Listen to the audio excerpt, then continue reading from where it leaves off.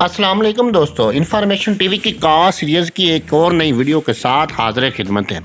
دوستو، آج کی ہماری ویڈیو ایک ایسے خاندان کے متعلق ہے جس نے صدیوں تک ہمارے ہندوستان پر حکومت کی۔ جی بالکل آپ صحیح سمجھیں، آج ہماری ویڈیو مغل خاندان پر بنائی جائے گی۔ ویڈیو پر جانے سے پہلے میری آپ لوگوں سے گزارش ہے کہ آپ ہمارے چینل انفارمیشن ٹی وی کو سبسکرائب کریں اور ساتھ میں دیے گئے گھنٹی کے بٹن کو کلک کریں تاکہ آپ کو ہماری ہر آنے والی ویڈیو مل سکے۔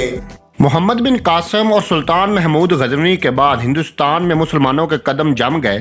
شہاب الدین محمد غوری نے ایک مستقل اسلامی سلطنت کی بنیاد رکھ دی اور اس کے بعد ہندوستان پر متعدد مسلمان خاندان حکمران کامیاب رہے، جن میں خاندان غلامہ، تغلق، سادات، خلجی اور لودھی شامل ہیں۔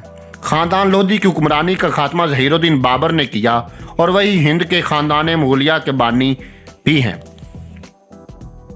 لفظ مغل، جس کے نام سے ایک قوم وجود میں آئی، منگول خان بن کیوک خان کی مناسبت سے ہے، جبکہ یورپی مصنفین اس لفظ کو کئی معنوں میں استعمال کیا ہے۔ وہ لکھتے ہیں کہ شروع میں یہ لفظ منگ کو تھا، جس کے معنی بہادر اور رو پہلی لوگ تھے، اور یہ قوم سائبیریا کی ایک قدیم قوم تنگوسی اور قدیم ترکوں کی نسل سے تھی، اور یوں بھی کیوک خان کے پردادا کا نام ترک بتایا جاتا ہے، اور تمام ترک اسی نسل سے ہیں۔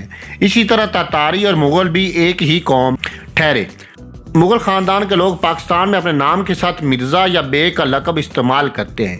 ان کے نام پر بہت سے دیہات بھی آباد ہیں۔ چگتا اور برلاس اصل مغل قبیلے سمجھے جاتے ہیں۔ خاندان مغلیہ کا شجرہ نسب یافس بن نوح سے ملتا ہے، جن کا بیٹا ترک تھا، جس نے سب سے پہلے گھاس اور لکڑی کا مکان بنانے اور لباس اور نمک کا استعمال کیا۔ امیر تیمور از ہیرلڈیم میں مذکور ہے کہ مغل قوم کے افراد اونچے قد کے، مشقت پسند اور ناخواندہ خانہ بدوش تھے، جو اپنے ریوڑوں اور شکار پر گزارا کرتے تھے۔ ان کا مسکن سرائے گوبی اور شمال کا ہموار میدان تھا، اور یہ ہری گھاس کی تلاش میں پھرتے رہتے تھے۔ ہیروڈوٹس نے انہیں ہنوں اور الانوں کے امزاد بتایا ہے، جو مغرب کی طرف نقل مکانی کر کے یورپ میں پہنچ گئے۔ سیتھن بھی اسی زمانے میں گھوڑوں پر سوار رہتے تھے۔ چینیوں نے ان سب کے نام ہیونگ نون، بھوت اور ارواح خبیثہ رکھا تھا، اور انہیں روکنے کے لیے اس طرح دیوار چین تعمیر کی تھی جس طرح سکندر ذوالقرنین کے متعلق قصہ مشہور ہے۔ یہ خانہ بدوش شہ سوار تھے، گھوڑوں پر سوار رہتے تھے، گوشت کھاتے اور دودھ پیتے تھے، اور یوں ہمیشہ سفر میں ہی رہتے تھے۔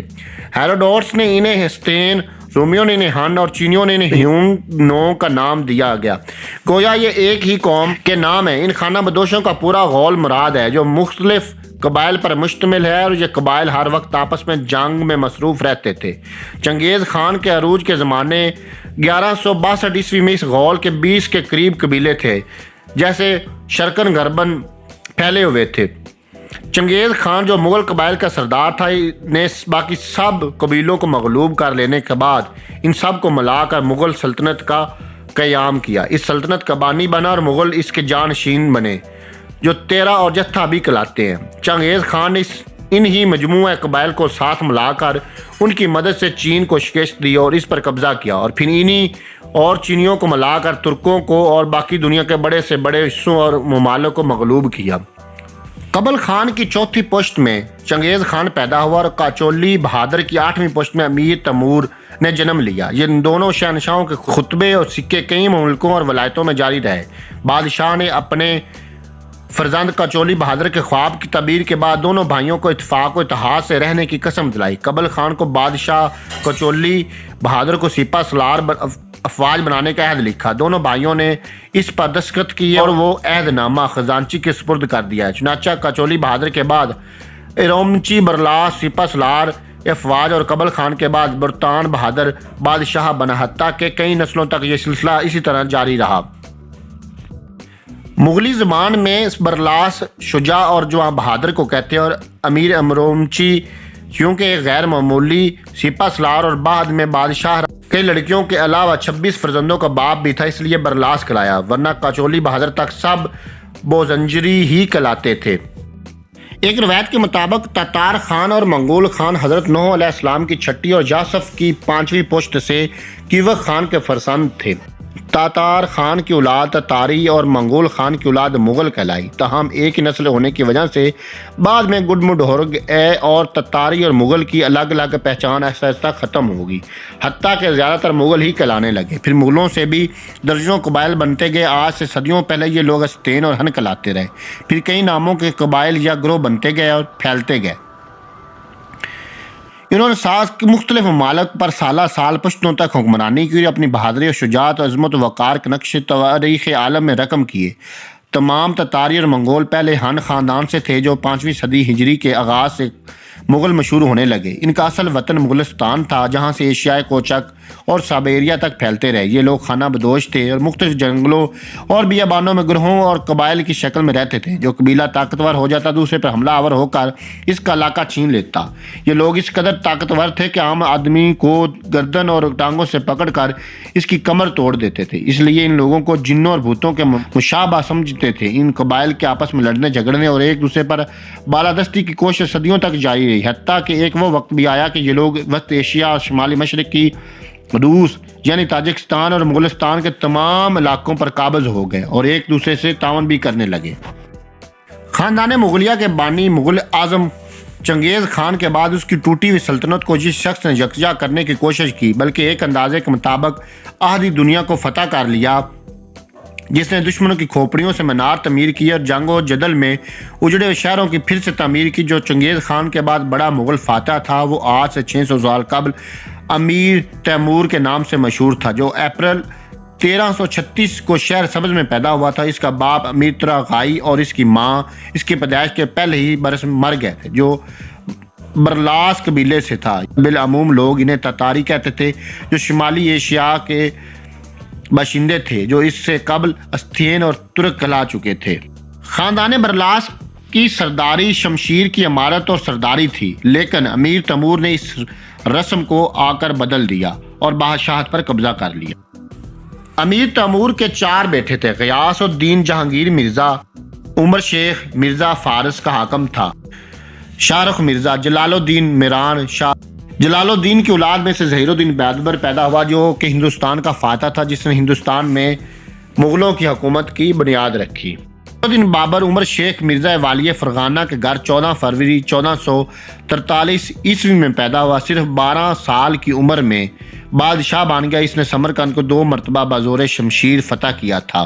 ماہ صفر بروز جمعہ 932 ہجری کو بابر تسخیر ہندوستان کے ارادے سے روانہ ہوا اور ایک فیصلہ کن جنگ کے لیے پانی پت کے مقام پر سلطان ابراہیم لودھی بن بہلول لودھی کے مقابل صف آرا ہو گیا۔ بابر کے ساتھ 12,000 سپاہی تھے، جبکہ ابراہیم کے ساتھ 1,80,000 کی سپاہ تھی اور تقریباً 15,000 جنگی ہاتھی بھی تھے، مگر قسمت نے ابراہیم کا ساتھ نہ دیا اور میدان جنگ میں شکست سے دوچار ہو کر مارا گیا۔ بعد ازاں اس کی والدہ نے بابر کو زہر دینے کی کوشش کی، اگرچہ بابر نے اسے معاف کر دیا، مگر اس خاتون نے دریا میں کود کر جان دے دی۔ بابر کو اس جنگ میں بے شمار مال و متاع اور ہندوستان کی وسیع سلطنت مل گئی۔ ہندوستان پر قبضے کے بعد بابر نے نسل چنگیز و تیمور کو ہندوستان میں آنے کی عام دعوت دے دی۔ اس طرح چنگیزی و تیموری مغل ہندوستان میں آباد ہونا شروع ہو گئے۔ 2 جمادی الاول 932 ہجری کو بابر نے کوہ سیکری کے دامن میں رانا سانگا کو شکست سے فاش دی۔ 5 جمادی الاول 937 ہجری مطابق 1530 کو ظہیر الدین بابر ایک وسیع سلطنت قائم کر کے فوت ہو گیا۔ ہمایوں بابر کی وفات کے بعد تخت نشین ہوا، مگر شیر شاہ سوری نے اسے آرام سے حکومت نہ کرنے دی۔ ہمایوں کے بعد جلال الدین محمد اکبر ہندوستان کا بادشاہ بنا۔ اکبر کے بعد حالات کبھی ٹھیک نہ ہوئے۔ اس طرح ظہیر الدین بابر کا لگایا ہوا پودا آخری مغل تیموری بادشاہ بہادر شاہ ظفر تک آپسی مخالفت، اقتدار کی ہوس، اقتدار کی لڑائیوں نے ملک کو کمزور کر دیا اور بہادر شاہ ظفر کو ایک کمزور حکومت ملی۔ ابو سراج الدین محمد بہادر شاہ ظفر تیموری خاندان کا آخری مغل فرما رواں تھا۔ ظفر 1199 ہجری میں پیدا ہوا۔ 29 ستمبر 1837 عیسوی مطابق 28 جمادی الثانی 1253 ہجری تخت نشین ہوا۔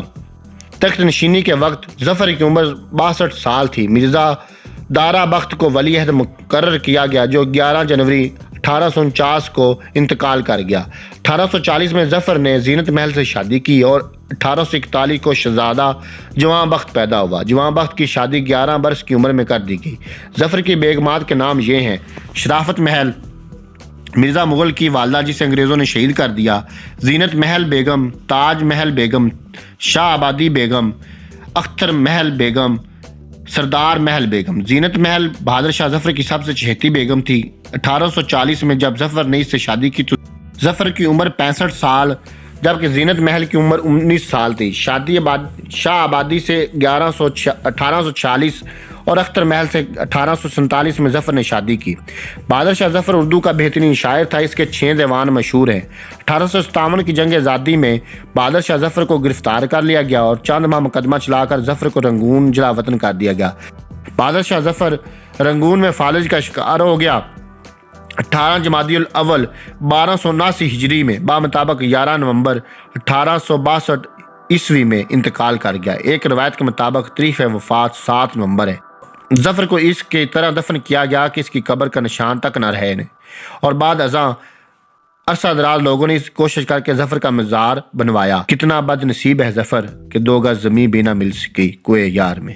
زینت محل 17 جولائی 1886 میں فوت ہوئی، ظفر کی قبر کے پاس مدفون ہوئی۔ 19 دسمبر 1884 کو جوان بخت بھی وفات پا چکا تھا۔ شاہ عباس کو آزاد کر دیا گیا۔ اس نے ایک تاجر ابو طاہر کی بیٹی سے شادی کر لی۔ 1868 کے بعد شاہ عباس کا پتہ نہ چلتا۔ مرزا کوچک بھی 20 فروری 1884 کو فوت ہو گیا اور اس طرح مغلوں کی آن بان شان خاک میں مل گئی۔ دوستو امید کرتا ہے کہ آپ کو ہماری آج کی یہ ویڈیو پسند آئی ہوگی۔ اس ویڈیو کو لائک اور شیئر کیجیے گا۔ اللہ حافظ۔